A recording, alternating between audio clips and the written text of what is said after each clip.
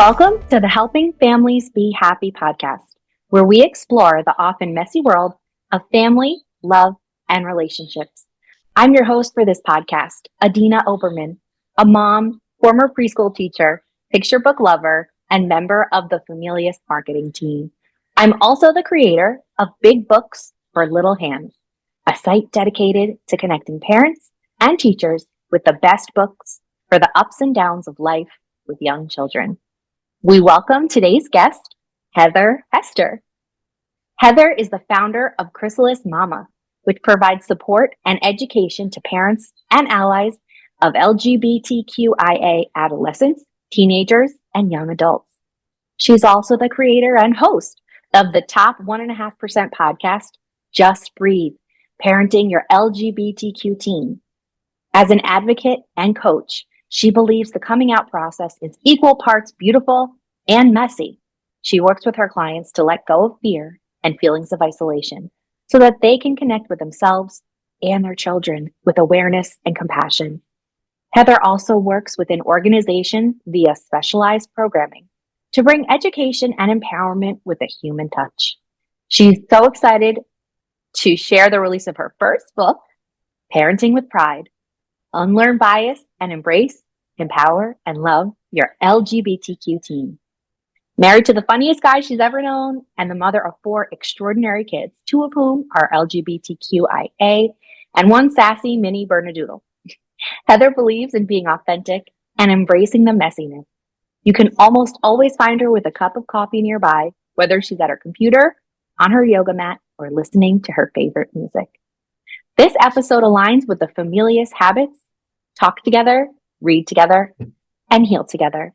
You can learn more about the Familius 10 Habits of Happy Families by going to the Habit Hub blog on familius.com. Welcome, Heather. Thank you so much for being here.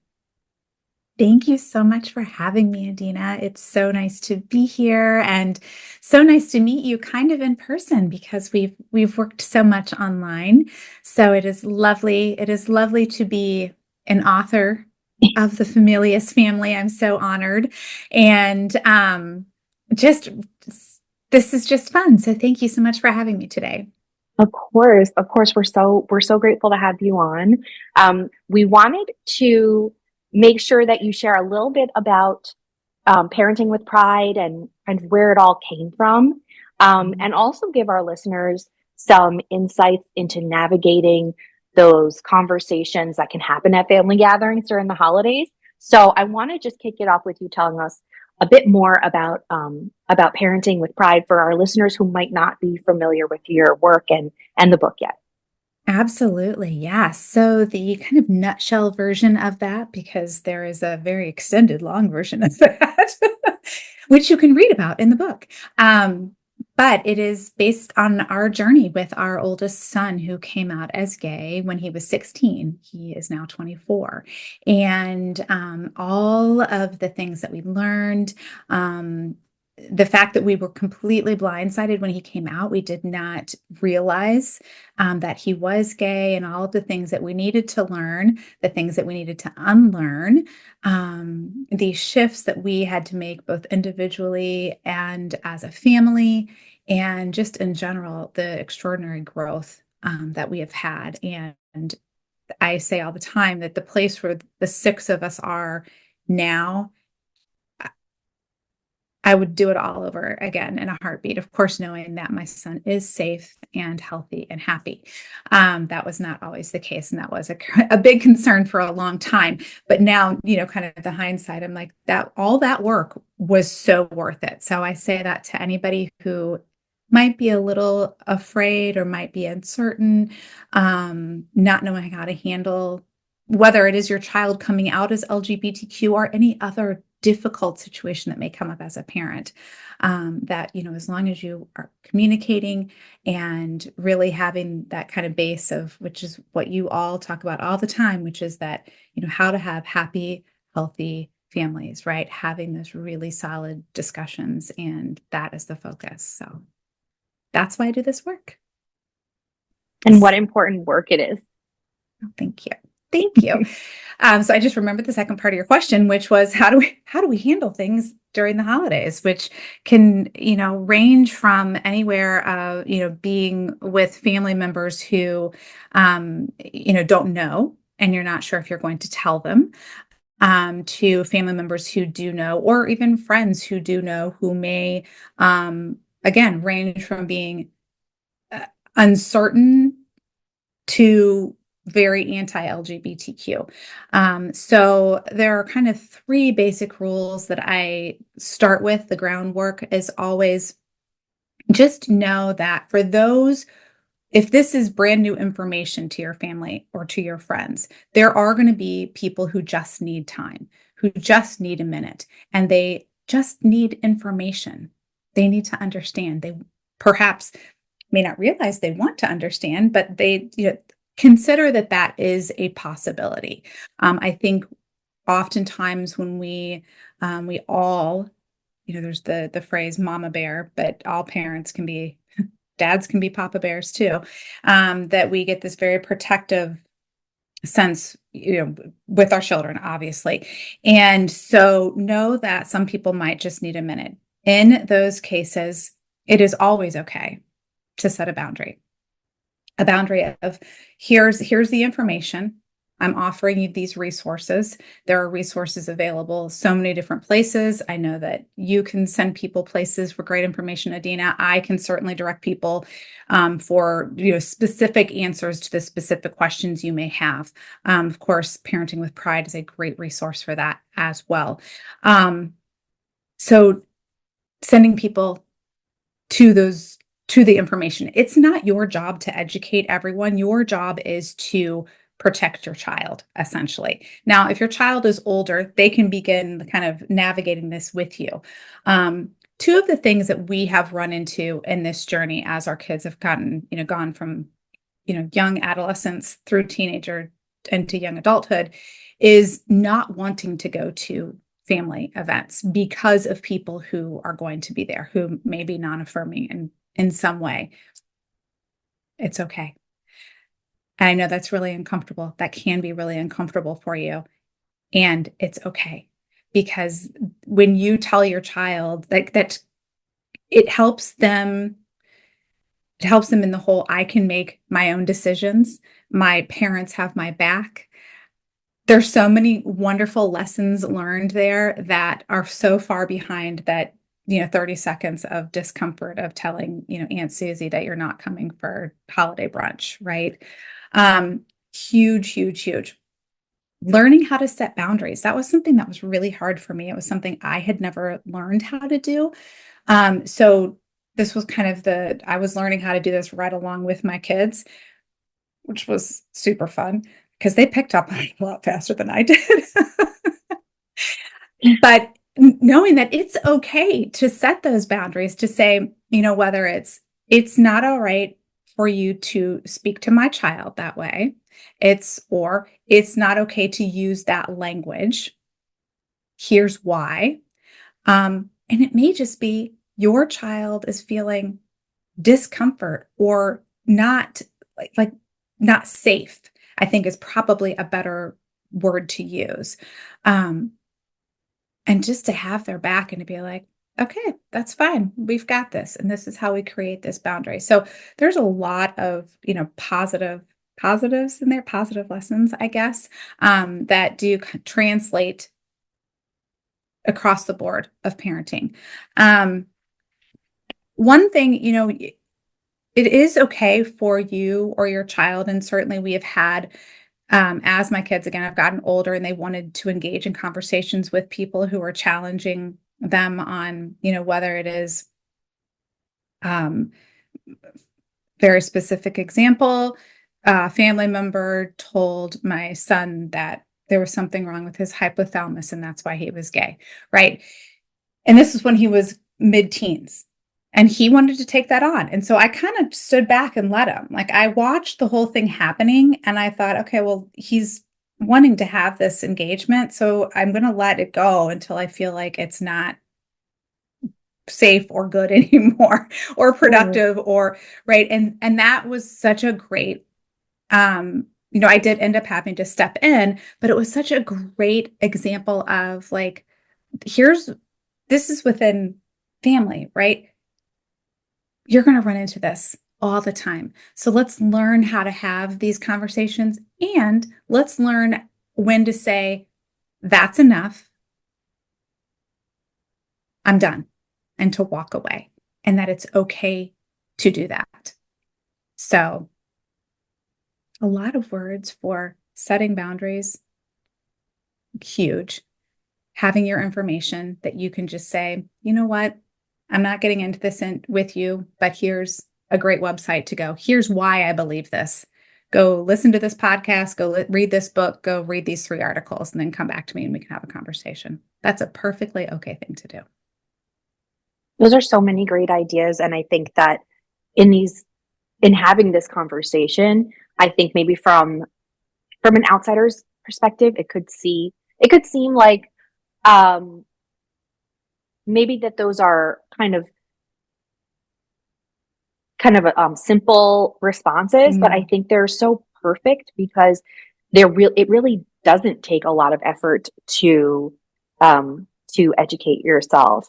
It's really, I think it's more so if the person in question has a desire to think to educate themselves and to take on the perspective of another and to think about to think outside of themselves. And I think so many of these strategies that you're talking about really are do that. Not only are they positive for your children, but you're also modeling so many important things for them. Like you said, setting boundaries, showing up for them, giving them the autonomy and the space to have these conversations, as you said, and as you're talking about them, and I'm thinking about maybe how this conversation played out, I'm thinking that you're really modeling for your child how to love yourself, right? Because that is all that, that's what boundary setting is. It's teaching you how to love yourself. It's teaching others how you want to be loved. And those are lessons that children will take with them forever in every kind of relationship moving forward. So I don't want to, the importance of those strategies to be understated. Yeah, I think that any number of hot button topics can come up when you're getting together with family. Oh, yes. Yeah, food. Everyone has like a crazy Uncle Larry, right? Like everyone has that one person who just wants to like needle you. So it's good to be prepared. Yes. And to know that you don't need to engage with that person. It's not a requirement. And I think a lot of us, certainly from, a little bit older generations, that's what we were taught to do, that was being polite. Not so. So, right. And so I think that's such a great thing, that the gift that we get to give our kids is, no, it's not okay. It's never okay for someone to talk to you that way, ever. It doesn't matter if they're an adult and you're a child. So, yeah, so really good. And I think too, to your point, simple is always better. We always want to make it so difficult and complicated. It doesn't need to be. There are enough things in life that are difficult and complicated that when we can like stick to like really simple strategies that work, do it. Like that doesn't mean they're wrong. So. Of course. And I think it comes down to intention, on the part of people who want to engage in these discussions, whether it's positive or negative. Right. And that's something that is not so easily changed. So I love that you said it is not your responsibility to educate people who are going to be in a place where they're going to make, conversations and interactions difficult. Right. So I think that's so important for teaching our kids about, again, boundaries and what expectations are for how they need to be treated and how they need to treat others. Yes. Well, and I think too, it empowers them to recognize, to use their critical thinking skills and to recognize that when someone's talking to them and if it doesn't feel good and it feels like there are, that person's issues are coming at them or they are coming at them, to trust that, to trust how they are feeling, and that it is perfectly okay to excuse yourself. You don't have to be rude. You can just excuse yourself, but always, always take care of yourself in that, because especially if you're speaking with somebody who is not curious, who's not coming to the conversation with curiosity, but who is coming to the conversation simply to argue, that's all about them. That's all their stuff. That's not yours. And whether you're 10, 20, or 60, nothing you say is going to change that. So take yourself out of the conversation. That's not about you. That's such a good point. I think that maybe when in those moments when it gets heated, it can often feel like, oh, this is all coming from me, and whatever I've brought to the family as a discussion point. But you're 100% right, and I think that's so important for kids to hear, that people are coming to every family gathering and every conversation with their own emotional baggage, whether they're debating, politics or religion or any number of, like I said, hot button issues. And Exactly. and your responsibility, only goes so far. Right. I also wanted to make sure we ask you if you have Yes. any other advice for, for families who maybe, navigating holiday celebrations or family gatherings, where maybe they're not expecting them to be challenging, but maybe they become problematic in process. That is really, really, that does happen. That's actually how the hypothalamus conversation came up. None of us were expecting that to be a difficult family gathering, and it ended up being very much so. And I think, again, kind of, it goes back to the same, you have to think a little bit quicker on your feet. And that's where, being aware of conversations, of course. For me personally, once Connor came out, and our kids were quite young at the time too. They were 16, 13, 11, and 9. So, you kind of are watching your kids in a different way than you would if they were, older teenagers or young adults, right? So I was very clued into the conversations that were happening around each one of them, which is why I got to that one pretty quickly. But I think it is just like that, being very present and aware. And it is likely a situation where, if you do run into a family member who it does get sticky or heated or whatever the word you want to use, it is absolutely okay for you to step in and just shut it down and say, that's not why we're here, or that's not necessary, or whatever you need. Whatever comes to you, honestly, is just speak from your heart, and have your kids back, because there is nothing more important that you can do than have your kids back. That's such good advice, and so important. I think those are all things that maybe when you're taken off guard can be sort of hard to remember. It's kind of hard to sort of ground yourself in maybe It is. surprise emotional moments. It is. And remember too, in those moments, it's always okay, like, because I know I'm a super fiery person. So if I'm caught off guard, fire is my response. And so I have been working really hard for a long time to, like, pause, right? To take that pause, to take a really deep breath, to close my eyes, whatever it is I need to do to, like, ground myself in that moment, so I can be very clear in what my response. And, of course, that translates across the board to a lot of different things, but certainly in those in-person moments. So you're not expected. You don't have to. There's not a requirement for you to have a response immediately. Take a moment. Take a pause. Yeah. I think that's a reminder we all need. Mm-hmm. Especially when we're knee-deep in the rush and the bustle of the holidays. Yes. Yes. Again, translates to so many different things, right? Absolutely. Yeah. As we begin to wind down, I want to make sure that our listeners can find you and learn more about you. So where can people find you online? Absolutely. Well, my website is always a great place to find me, and that is chrysalismama.com. And I am on all the socials, but I usually hang out on either Instagram or TikTok or LinkedIn if you're LinkedIn people. But Instagram and TikTok are kind of my two faves, and I'm at Chrysalis Mama on both of those. So, And be sure to check out Heather's book, Parenting with Pride, which is available on Familius.com and everywhere books are sold. Thank you so much for being with us today, Heather. We really appreciate it. thank you. Thank you so much for having me. As we conclude today's podcast, I'd like to thank Familius for their support in bringing this podcast to your ears and your heart. We'd be thrilled if you subscribed to the podcast and left us a review. And when you're ready for the next amazing book adventure, we'd be honored if you'd choose a book from Familius.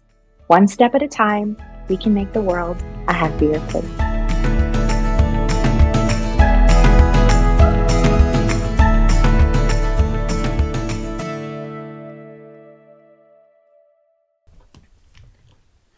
I'm Christopher Robbins, the founder of Familius and regular host of the Familius Helping Families Be Happy podcast. We hope that you have enjoyed our weekly podcast interviews this year and the fantastic information our guests have shared to help your family be happy. Each podcast aligns with one of our 10 habits of happy families. And as we've said before, you and your family deserve to be happy. It's the holiday season. And like many podcasts, Familius will take a short hiatus from our regular podcast schedule. But don't worry, we are still here for you. You can continue to find amazing ideas for your family at the Habit Hub blog on Familius.com, as well as within our many books, which are available wherever books are sold. And don't forget our own YouTube channel. So, happy holidays. We appreciate you joining our mission to help all families be happy. See you next year.